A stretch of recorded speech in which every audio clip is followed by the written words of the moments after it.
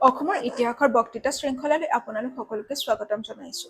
আজি আমি প্ৰথমটো পাঠত অসমৰ প্ৰাগৈতিহাসিক যুগৰ ইতিহাস সম্পৰ্কে অধ্যয়ন কৰিম। প্ৰথমতে আহিলে পৰিচয় আৰু গৱেষণাৰ পটভূমি। বৰ্তমানৰ অসম, অৰুণাচল প্ৰদেশ, নাগালেণ্ড, মণিপুৰ, মিজোৰাম, ত্ৰিপুৰা আৰু মেঘালয়ক লৈ অৰ্থাৎ বৰ্তমান উত্তৰ পূৰ্বাঞ্চলক কেন্দ্ৰ কৰি আমি অসমৰ প্ৰাগৈতিহাসিক যুগৰ বিষয়ে অধ্যয়ন কৰিম।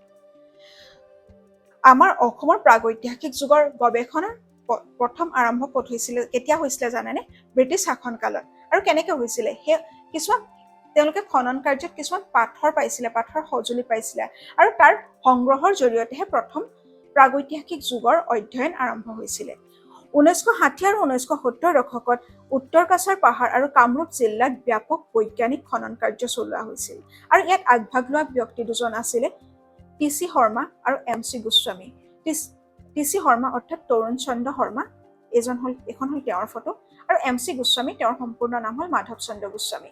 তেওঁলোক দুজনে নব্য প্ৰস্তৰ যুগীয় নিদৰ্শনৰ সহায়ত বৈজ্ঞানিক সত্যতা প্ৰমাণ কৰে। তেওঁলোকে বৰ্তমানৰ ডিমা হাছাওৰ দেউজালি হাডিং নামেৰে এডোখৰ ঠাইত বহুতোখিনি প্ৰাগৈতিহাসিক যুগৰ অসমৰ নিদৰ্শন পাইছিলে, আৰু সেই বিষয়ে আমি পৰৱৰ্তী পৰ্যায়ত অধ্যয়ন কৰিম। আমি যদি আমাৰ কিছুমান পণ্ডিতলৈ চাবলৈ যাওঁ, বহুতো পণ্ডিত আছে যিয়ে আমাৰ ইতিহাস অধ্যয়নত অৱদান আগবঢ়াইছে। তাত আমি প্ৰথমেই নাম ল'ব লাগিব কে.এল. বৰুৱাৰ কথা। তেওঁৰ সম্পূৰ্ণ নাম হ'ল কনকলাল বৰুৱা। এইজন হ'ল কনকলাল বৰুৱা। তেওঁক ব্ৰিটিছে ৰায়বাহাদুৰ উপাধিও প্ৰদান কৰিছিলে। তেওঁ আছিল অসমৰ প্ৰথম গৱেষক যিয়ে অসমৰ পাথৰৰ সঁজুলিৰ সৈতে বৰ্মা আৰু ছোটা নাগপুৰৰ সঁজুলিৰ সাদৃশ্য দেখাইছিল। তাৰ পাছতে আহিলে A.H. ধানী। এজন হ'ল A.H. ধানী। তেওঁ হ'ল এজন পাকিস্তানৰ হিষ্টৰিয়ান, আৰ্কিঅলজিষ্ট আৰু লিংগুইষ্টিক্স। তেওঁ পোনপ্ৰথমবাৰৰ বাবে অসমৰ প্ৰত্নতাত্ত্বিক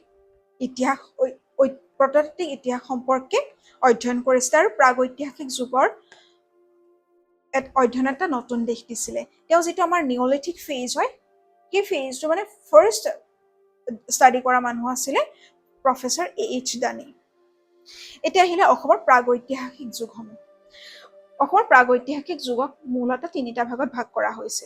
প্ৰথমতে আহিলে পেলিঅলিথিক অৰ্থাৎ পুৰাপ্ৰস্তৰ যুগ, দ্বিতীয়তে আহিলে নিঅলিথিক অৰ্থাৎ নব্যপ্ৰস্তৰ যুগ, আৰু তৃতীয়তে আহিলে ধাতু যুগ আৰু মেগালিথিক এজ, অৰ্থাৎ আমি যদি ইংৰাজীত ক'বলৈ যাওঁ চাৰ্কলিথিক আৰু মেগালিথিক পিৰিয়ড।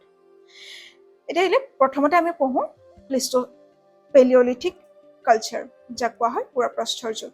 এনে যদি আমি পেলিঅলিথিক কালচাৰৰ বিষয়ে যদি চাওঁ, ইয়াক মূলতঃ তিনিটা ভাগত ভাগ কৰা হয়: অল্ড, মিডল আৰু নিউ। আমাৰ বৰ্তমানৰ যদি অসমৰ এতিয়ালৈকে যিখিনি এভিডেন্স পোৱা গৈছে, অল্ড প্লেইষ্টোচিন এইজৰ এতিয়ালৈকে একো ধৰণৰ এভিডেন্স পোৱা নাই। গতিকে আমি মধ্য আৰু শেষৰ বিষয়ে এবাৰ চাই লওঁ আহক। মধ্য প্লেইষ্টোচিন এইজৰ এভিডেন্স পোৱা যায় গাৰো পাহাৰৰ ৰংগ্ৰাম উপত্যকাত।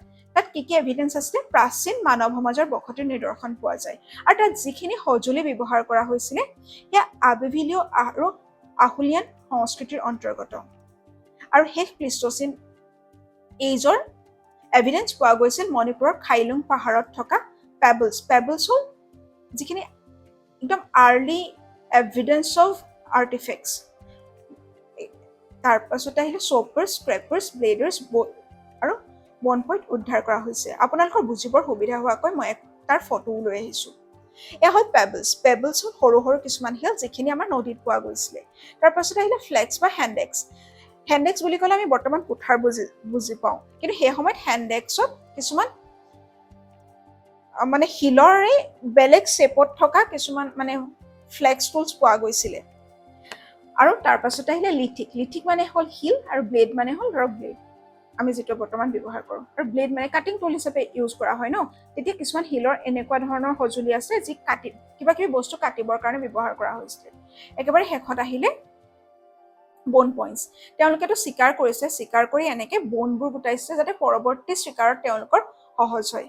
এয়া হ'ল সেই সময়ত ব্যৱহাৰ কৰা, অৰ্থাৎ পেলিঅলিথিক কালচাৰত ব্যৱহাৰ কৰা কিছুমান সঁজুলিৰ নিদৰ্শন। এতিয়া আহিলে নব্য প্ৰস্তৰ যুগ অৰ্থাৎ নিঅলিথিক কালচাৰ। অসমৰ প্ৰাগৈতিহাসিক যুগৰ আটাইতকৈ সুস্পষ্ট যদি আমি কিছুমান এক্সাম্পল পাওঁ, সেয়া আমি নব্যপ্ৰস্তৰ যুগতে পাওঁ। তাত যিখিনি পাথৰ ব্যৱহাৰ কৰা হৈছিল সেয়া মসৃণ আছিলে। তাত ব্যৱহাৰ কৰা শিলখিনি আছিলে কোৱাৰ্টছ বা বেছল্ট। এয়া হ'ল তাৰ এভিডেন্স। আৰু পটাৰী আছিলে গোল্ড মাৰ্ক পটাৰী। এয়া হ'ল তাৰ এটা এভিডেন্স। আৰু তেওঁলোকে সাধাৰণতে ওখ ঠাইত বসতি কৰিছিলে।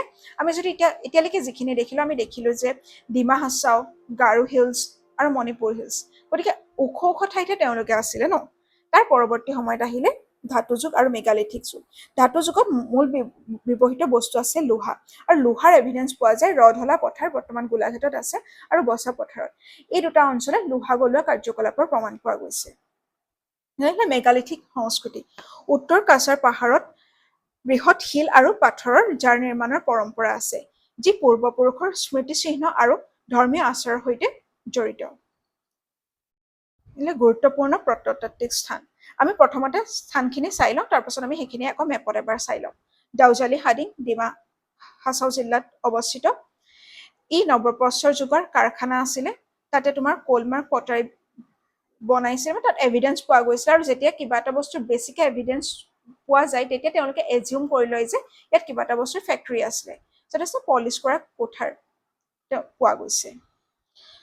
চৰুত আৰু কামৰূপত তাত স্লেট কাল্ট পোৱা যায়, আৰু কল্ড ইম্প্ৰেছড পটাৰী উদ্ধাৰ কৰা হয়, আৰু তাত ঝুম খেতিৰ এভিডেন্স পোৱা যায়।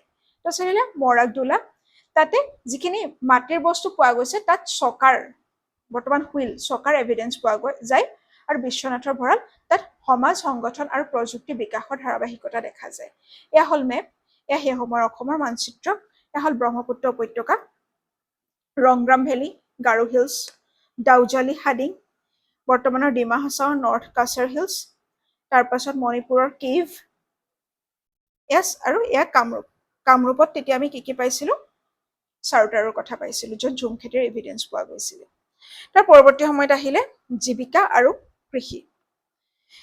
তেওঁলোকৰ কৃষি কি আছে, ঝুম খেতি। আৰু ঝুম খেতিত কিহৰ খেতি কৰিছে, ধান, গোমধান, আদা, জলকীয়া আদি তেওঁলোকৰ প্ৰধান শস্য আছিলে। সেই সময়ত যিখিনি ধানৰ এভিডেন্স পোৱা যায়, আৰু ধানৰ প্ৰজাতিটো হ'ল বনৰীয়া ধান, আৰু তাৰ চাইণ্টিফিক নাম হ'ল অৰিজা ৰুপিপগন। আৰু সেই সময়ত তেওঁলোকে নৱপ্ৰস্তৰ যুগত যেনেকে মানুহে খেতি কৰিছিলে, বৰ্তমানৰ কাৰ্বি আৰু গাৰো জনগোষ্ঠীৰ কৃষি পদ্ধতিত তেওঁলোকৰ প্ৰভাৱ দেখা যায়। এতিয়া আহিলে সাংস্কৃতিক সংযোগ। অসম আছিলে ভাৰত আৰু উত্তৰ পূব এছিয়াৰ মাজত এক সাংস্কৃতিক সংযোগস্থল। আমি যদি চাওঁ, ধৰক এখন ভাৰতৰ মানচিত্ৰ, ইয়াত এখন উত্তৰ পূৰ্বাঞ্চল, ইয়াত আছে Thailand, Myanmar, Laos, Cambodia, Vietnam. তো অসমৰ যিখিনি সেইটো সময়ত সঁজুলি ব্যৱহাৰ কৰিছিলে, তাৰ সৈতে মানে চাউথ ইষ্ট এছিয়াৰ যিখিনি কাণ্ট্ৰি আছিলে, তেওঁলোকৰ ব্যৱহাৰ কৰা সঁজুলিৰ লগত বহুতখিনি সাদৃশ্য দেখা গৈছে। আৰু ক'ত ক'ত দেখা হৈছে, চলজাৰ্ছ চল্ট আৰু কলমাৰ্ক পটাৰী। কলমাৰ্ক পটাৰীৰ বিষয়ে মই আপোনালোকক আগতে কৈছো যে যিখিনি হেৰিত মানে এনচিয়েণ্ট, তাত টেক্সচাৰ দেখিব, নহলে পেটাৰ্ণ দেখিব, তেতিয়া তেওঁলোকে আইডেন্টিফাই কৰে যে আচ্ছা, এইটো মানে কি হয় যে নিঅলিথিক ফেজৰ হয় বা প্ৰাগৈতিহাসিক যুগৰ হয়। আৰু সেই টেক্সচাৰবোৰ অসম আৰু দক্ষিণ পূব এছিয়াৰ বাকী দেশবোৰৰ লগত একে পাইছিলে। আৰু চলজাৰ্ছ প্লেট হ'ল একদম নিমজ শিলৰ কিছুমান টুলছ, শিলৰ সঁজুলি। এয়া হ'ল তাৰ এটা এখন ফটো। তাৰ পাছতে আহিলে গৱেষণাৰ বাবে প্ৰত্যাহ্বান।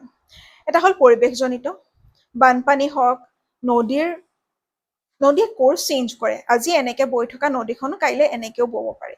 যেতিয়া নদী এখনে কোৰ্চ চেঞ্জ কৰে, তেতিয়া কি হয়, বহুত এভিডেন্স নোহোৱা হৈ যায়। তো বহুতো পৰিৱেশজনিত কাৰণত কিছুমান এভিডেন্স পোৱা নাযায়, আৰু সেয়া আমাৰ গৱেষণাৰ এক প্ৰত্যাহ্বান। তাৰ উপৰিও জলবায়ুৰ পৰিৱৰ্তনৰ কাৰণে সঁজুলিত যিবোৰ চিন আছিলে, সেয়াও নোহোৱা হৈ যায়। তাৰ পাছত আহিলে ভূ ৰাজনৈতিক পৰিৱৰ্তন। এতিয়া ধৰক আমি প্ৰথমতেই দেখিলো যে অসমখনৰ বিষয়ে অধ্যয়ন কৰিব যাওঁতে আমি গোটেই উত্তৰ পূৰ্বাঞ্চলখন অধ্যয়ন কৰিব লগা হৈছে, কিন্তু সেই উত্তৰ পূৰ্বাঞ্চলে আজি 7খন ৰাজ্যত বিভক্ত হ'ল। গতিকে যেতিয়া ৰাজ্য বিভাজন হয়, সেয়াও গৱেষণাত বাধা দিয়ে। এতিয়া আমি প্ৰাগৈতিহাসিক ইতিহাসৰ বিষয়ে জানিলো। এতিয়া আমি এই যিখিনি পঢ়িলো, তাৰ পৰা এক্সামৰ ফালৰ পৰা কি ইম্পৰ্টেণ্ট হয়, সেইখিনি এবাৰ চাই লওঁ আহক। প্ৰথম গৱেষক কোন আছিলে, KL বৰুৱা। তেওঁৰ সম্পূৰ্ণ নাম হ'ল কনকলাল বৰুৱা। তেওঁৰ বুকখনৰ নাম আছিলে আৰ্লি হিষ্ট্ৰী অফ কামৰূপা, আৰু এইখন পাব্লিছ হৈছে 1933। প্ৰত্নতাত্ত্বিক ব্যাখ্যা কৰিছিলে AH ধানীয়ে। তেওঁ আছিলে পাকিস্তানৰ মানুহ। তেওঁ এজন হিষ্টৰিয়ান আছিলে, এজন আৰ্কিঅলজিষ্ট আছিলে, আৰু এজন লিংগুইষ্টিক আছিলে। তাৰপিছতে মুখ্য নৱপ্ৰস্তৰ স্থান ডাউজলি হাডিং ক'ত আছে? ডিমা হাছাও। কোনে কোনে তাত প্ৰথমবাৰৰ বাবে নিদৰ্শন দাঙি ধৰিছিলে? প্ৰফেচৰ টি.চি. শৰ্মা আৰু এজন আহিলে মাধৱ চন্দ্ৰ গোস্বামী। গুহাবাসৰ প্ৰমাণ পোৱা হয় খাইলুং গুহাত, ক'ত আছে? মণিপুৰ। প্ৰাচীন বসতি ক'ত আছে? ৰংগ্ৰাম উপত্যকা। ৰংগ্ৰাম উপত্যকা বৰ্তমানৰ গাৰো হিলছ অৰ্থাৎ মেঘালয়ৰ অন্তৰ্গত। লোহা গলোৱা স্থান আছিলে ৰধলা পথাৰ আৰু বচা পথাৰ। ৰধলা পথাৰ বৰ্তমান গোলাঘাটত আছে। আৰু বনৰীয়া যিটো ধানৰ প্ৰজাতি পোৱা হৈছিলে তাৰ নাম আছিলে অৰিজা ৰপি পগৰ। আহিলো আমি একেবাৰে শেষলৈ, উপসংহাৰ। অসমৰ প্ৰাগৈতিহাসিক যুগে পুৰাপ্ৰস্তৰৰ পৰা মেগালিথিক যুগলৈকে এক সমৃদ্ধ ঐতিহাসিক ধাৰাবাহিকতা প্ৰদৰ্শন কৰে। আমি দেখিলোৱেই যে কেনেকে একদম আৰম্ভণিৰ পৰা মেগালিথিকলৈ ক'ত কি কি এভিডেন্স পাইছিলে, কেনেকে কেনেকে আমি গম পাইছো ইয়াত মানুহ আছিলে নে বা মানুহখিনি কেনেকুৱা আছিলে, আমি সেয়া ইয়াৰ পৰা আজি গম পালো। আপোনালোকক যদি নোটছটো লাগে মই ডেছক্ৰিপশ্যনত টেলিগ্ৰাম লিংকটো দি দিম। টেলিগ্ৰামত আপোনালোকে জইন কৰি পেলাই ল'ব পাৰিব। আৰু কোনোবাই যদি ইনষ্টাত চাই আছে, ইনষ্টাৰ বায়'ত টেলিগ্ৰামৰ লিংকটো দিয়া হৈছে, আপোনালোকে তাৰ পৰা নোটছটো ডাউনলোড কৰি ল'ব পাৰিব আৰু নিজে এবাৰ পঢ়ি চাব পাৰিব। আৰু কিবা যদি ডাউট থাকে কমেণ্টত আপোনালোকে দিব পাৰে। ধন্যবাদ।